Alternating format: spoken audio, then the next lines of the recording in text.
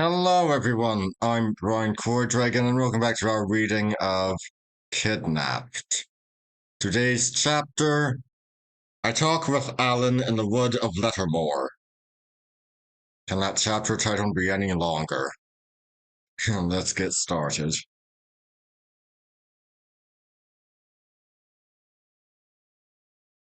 Alan was the first to come round. He rose, went to the border of the wood, peered out a little, and then returned and sat down.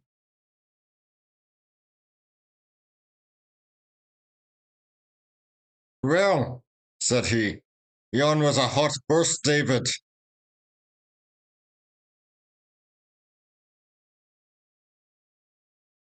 I said nothing, nor so much as lifted my face. I had seen murder, and a great ruddy jovial gentleman struck out of life in a moment. The pity of that sight was still sore within me, and yet that was but a part of my concern. Here was murder done upon the man Allen hated. Here was Allen skulking in the trees and running from the troops. And whether his was the hand that fired or only the head that ordered signified but little. By my way of it, my only friend in that wild country was blood guilty in the first degree. I held him in horror. I could not look upon his face. I would rather have lain alone in the rain on my cold isle than in that warm wood beside a murderer.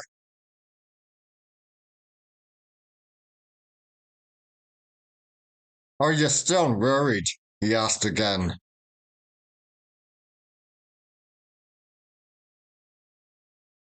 No, said I, still with my face in the bracken. No, I am not worried now, and I can speak. You and me must try, I said. I like you very well, Alan, but your ways are not mine, and they're not God's. And the short and the long of it is just that we must try.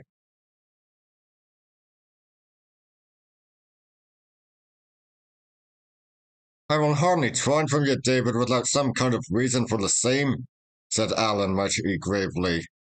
If you can anything against my reputation, it's the least thing that you should do for old acquaintance's sake to let me hear the name of it. And if you have only taken a distaste to my society, it will be proper for me to judge if I'm insulted.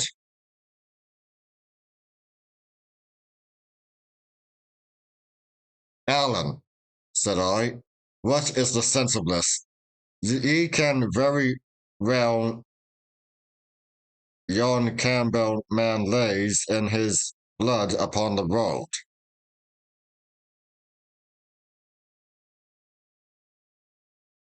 He was silent for a little, then he says, did ever ye hear tell of the story of the man and the good people, by which he meant the fairies?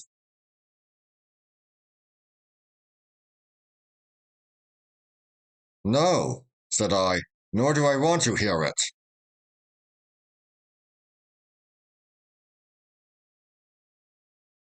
With your permission, Mr. Balfour, I will tell it you, whatever, says Allan. The man ye should ken was cast upon a rock in the sea, where it appears the good people are in used to come and rest as they went through to Ireland. The name of this rock is called the Scarabore, and it's not far from where we suffered shipwreck. Well, it seems the man cried so sore if he could just see his little bairn before he died, that at last the king of the good people took pity upon him, and sent one flying that brought back the bairn in a poke, and laid it down beside the man where he lay sleeping. So when the man woke, there was a poke beside him, and something into the inside of it that moved. Well, it seems he was one of these gentry that think I the worst of things, and for greater security. He stuck his dirk throughout that poke before he opened it, and there was his bairn dead. I am thinking to myself, Mr. Balfour, that you and the man are very much alike.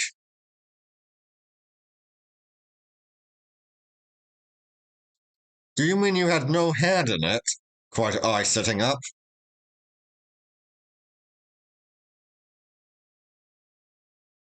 I will tell you first of all, Mr. Balfour of Shaw's, as one friend to another, said Allen, that if I were going to kill a gentleman, it would not be in my own country to bring trouble on my clan, and I would not go wanting sword and gun, and with a long fishing rod upon my back.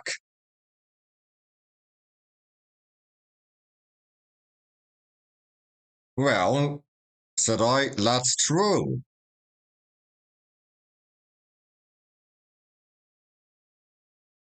And now, Allen continued, taking out his dirk and laying his hand upon it in a certain manner, I swear upon the holy iron, I had neither art nor part, act nor thought in it.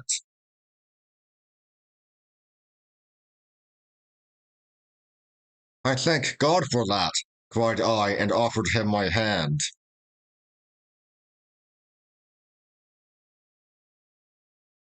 He did not appear to see it.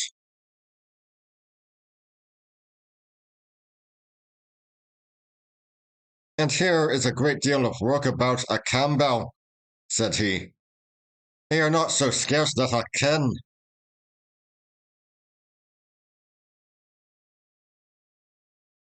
At least, said I, you cannot justly blame me, for you know very well what you told me in the brig. But the temptation and the act are different. I thank God again for that. We may all be tempted, but to take a life in cold blood, Allen. And I could say no more for the moment. And do you know who did it? I added. Do you know that man in the black coat?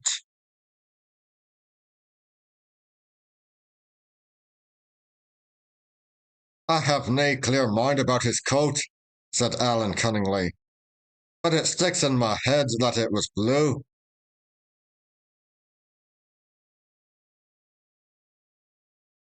Blue or black, did you know him? Said I.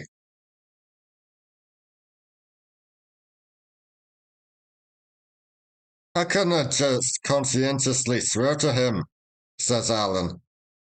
He gaed very close by me, to be sure, but it's a strange thing that I should just have been tying my brogues.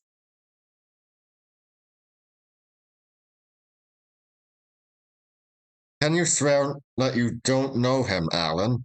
I cried, half angered, half in a mind to laugh at his evasions.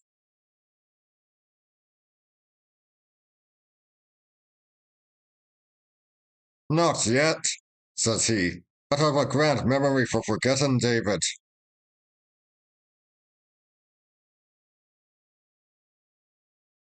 And yet there was one thing I saw clearly, said I. That was that you exposed yourself and me to draw the soldiers.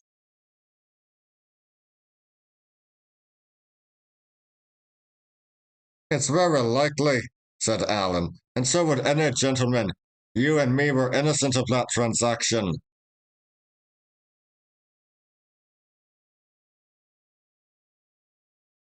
The better reason, since we were falsely suspected that we should get clear, I cried. The innocent should surely come before the guilty.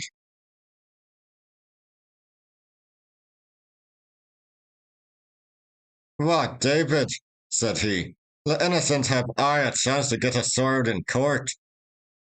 But for the lad that shot the bullet, I think the best place for him will be the heather. Them that have they dipped their hands in any little difficulty should be very mindful of the case of them that have, and that is the good Christianity.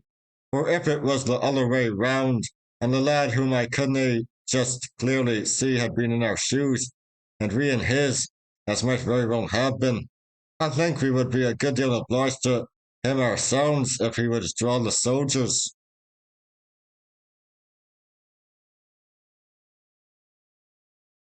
When it came from this, I gave Allen up, but he looked so innocent all the time, and was in such clear good faith in what he said, and so ready to sacrifice himself for what he deemed his duty, that my mouth was closed.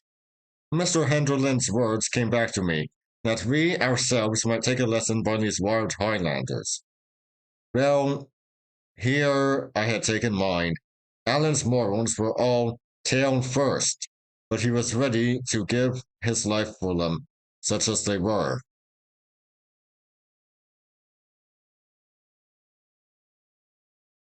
Allen said I. I'll not say it's the good Christianity as I understand it, but it's good enough. And here I offer ye my hand for the second time.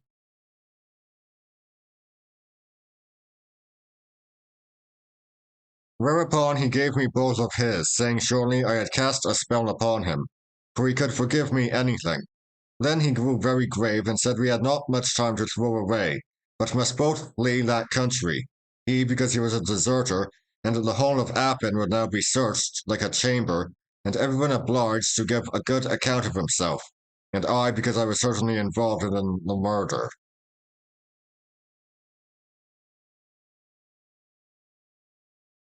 Oh, says I, willingly to give him a little lesson, I have no fear of the justice of my country.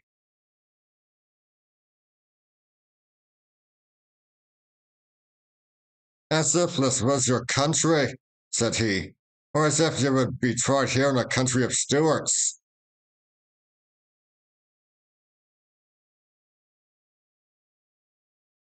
It's all Scotland, said I.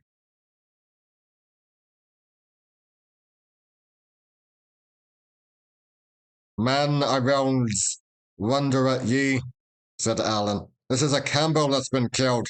Won't it be tried in Verara, that Campbell's place, with 15 Campbells in the jury box and the biggest Campbell of all, and that's the Duke, sitting cocking on the bench. Justice, David? The same justice by all the word as Glenner found a while ago at the roadside.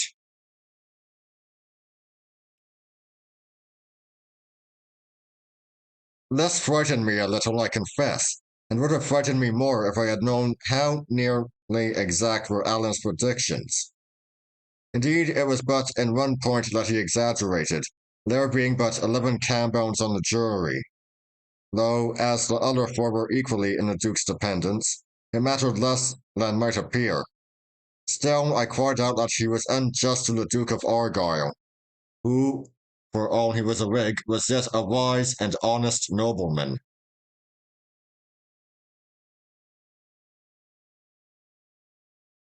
Hoot, said Allen. The man's a Whig, nae doubt, but I would never deny he was a good chieftain of his clan. And what will the clan think if there was a Campbell shot and naebody hanged, and their own chief the Justice General? But I have often observed, says Allen, that you low country bodies have no clear idea of what's right and wrong.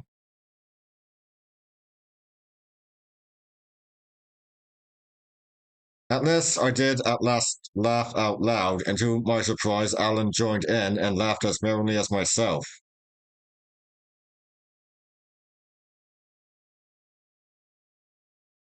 Nah, nah, said he. We're in the Highlands, David, and when I tell ye to run, take my word and run.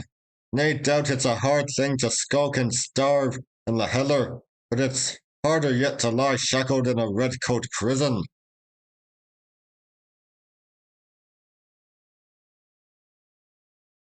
I asked him whether we should flee, and as he told me to the lowlands, I was little better inclined to go with him, for indeed I was growing impatient to get back and have the upper hand of my uncle.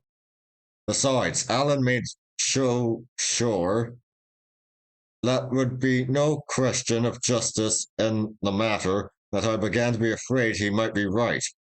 Of all deaths, I would truly like least to die by the gallows, and the picture of that uncanny instrument came into my head with extraordinary clearness, as I had once seen it engraved at the top of a peddler's ballad, and took away my appetite for courts of justice.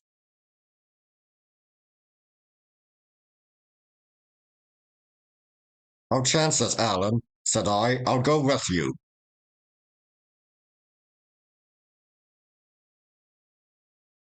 But mind you, said Allen, it's no small thing. Ye mun lie bare and hard and brook many an empty belly. Your bed shall be the moorcocks, and your life shall be like the hunted deers, and ye shall sleep with your hand upon your weapons. Ay, man, ye shall tagle many a weary foot, or we get clear. I tell ye this at the start, for it's a life that I ken well. But if you ask what other chance you have, I answer none. Either take to the heather with me or else hang.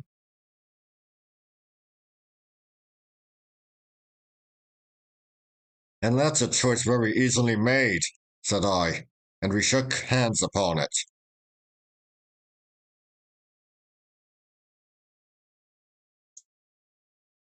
And now let's take another peek at the redcoats, said Alan, and he led me to the northeastern fringe of the wood.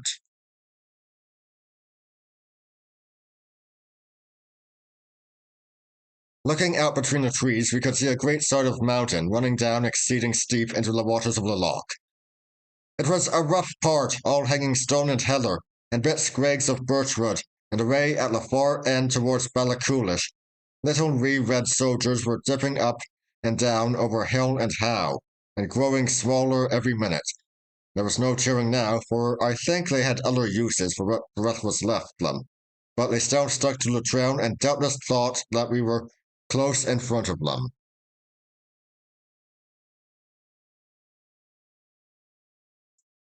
Alan watched them, smiling to himself.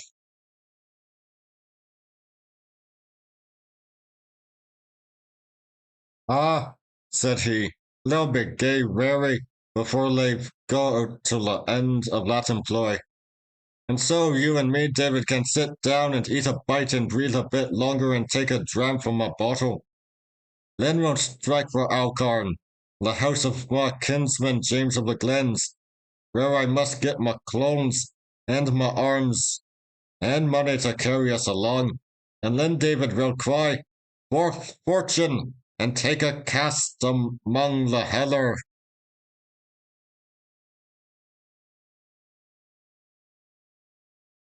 So we sat again and ate and drank in a place where we could see the sun going down into a field of great wild and houseless mountains, such as I was now condemned to wander in with my companion. Partly as we so sat, and partly afterwards on the way to Alcorn, each of us narrated his adventures, and I shall here set down so much of Allan's as seems either curious or needful.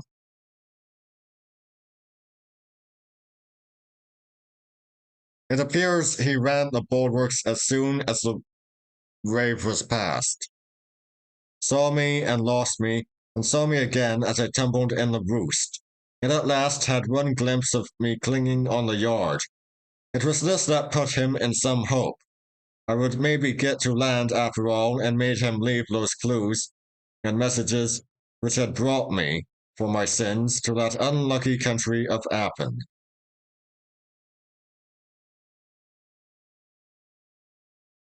In the meanwhile, those still on the brig had got the skiff launched, and one or two were on board of her already, when they came a second wave greater than the first and heaved the brig out of her place, and would certainly have sent her to the bottom had she not struck and caught on some projection of the reef. When she had struck first, it had been bows on, so that the stern had hitherto been lowest. But now her stern was thrown in the air, and the bows plunged under the sea. And with that, the water began to pour into the forescuttle like the pouring of a mill dam.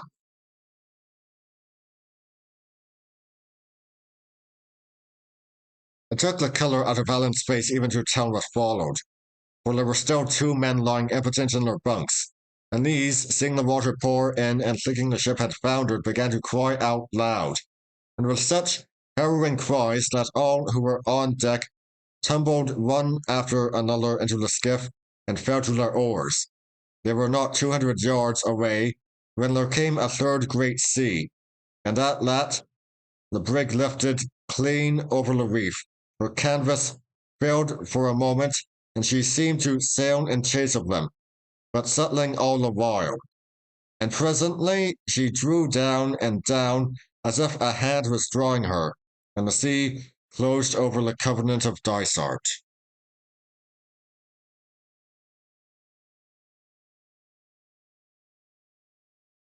Never a word they spoke as they pulled ashore, being stunned with the horror of that screaming, but they had scarce set foot upon the beach when Hoseason woke up, as if out of a muse, and bade them lay hands upon Allen. They hung back indeed, having little taste for the employment, but Hoseason was like a fiend, crying that Allen was alone, that he had a great sum about him, and he had been the means of losing the brig and drowning all their comrades, and that here was both revenge and wealth upon a single cast. It was 7 against 1 in that part of the shore. There was no rock that Allen could set his back to, and the sailors began to spread out and come behind him.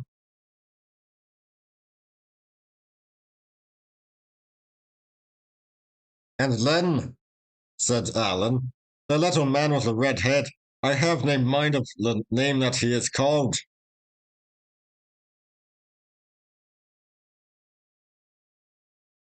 Riach, said I.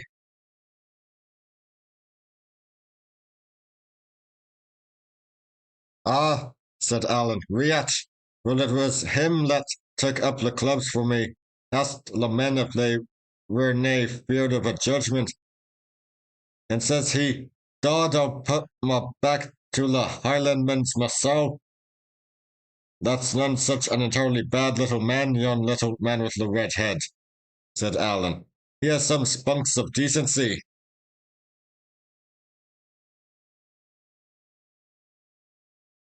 Well, said I, he was kind to me in his way.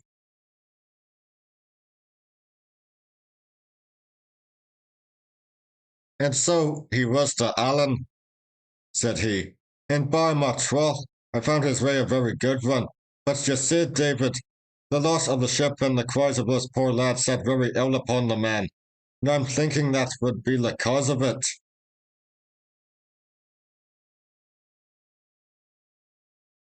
Well, I would think so, says I, for he was as keen as any of the rest at the beginning. But how did Hoseason take it?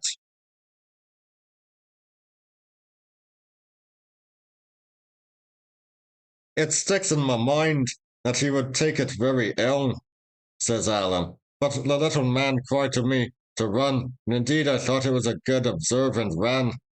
The last that I saw, they were all in a knot upon the beach like folk that were not agreeing very well together.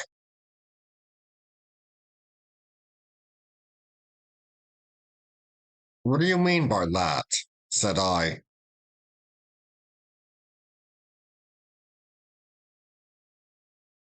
Well, the fists were going, said Allen, and I saw one man go down like a pair of Greeks, but I thought it would be better no to rate. You see, there's a strip of cambones in that end of Mull, which is no good company for a gentleman like me. If it hadn't been for that, I would have rated and looked for ye myself, let alone given a hand to the little man. It was droll how Allen dwelt on Mr. Riach's stature, for, to say the truth, the one was not much smaller than the other. So, says he, continuing, I set my best foot forward, and whenever I met in with anyone, I cried out there was a wreck ashore. Man, they didna stop to fash with me. You should have seen them linking for the beach, and when they got there, they found they had the pleasure of a run, which is aye good for a Campbell. I'm thinking it was a judgment on the clan that the brig went down in the lump and in a break.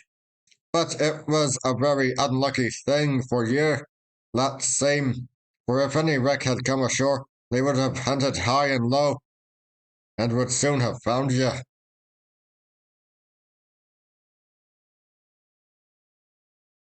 And that would be all for today.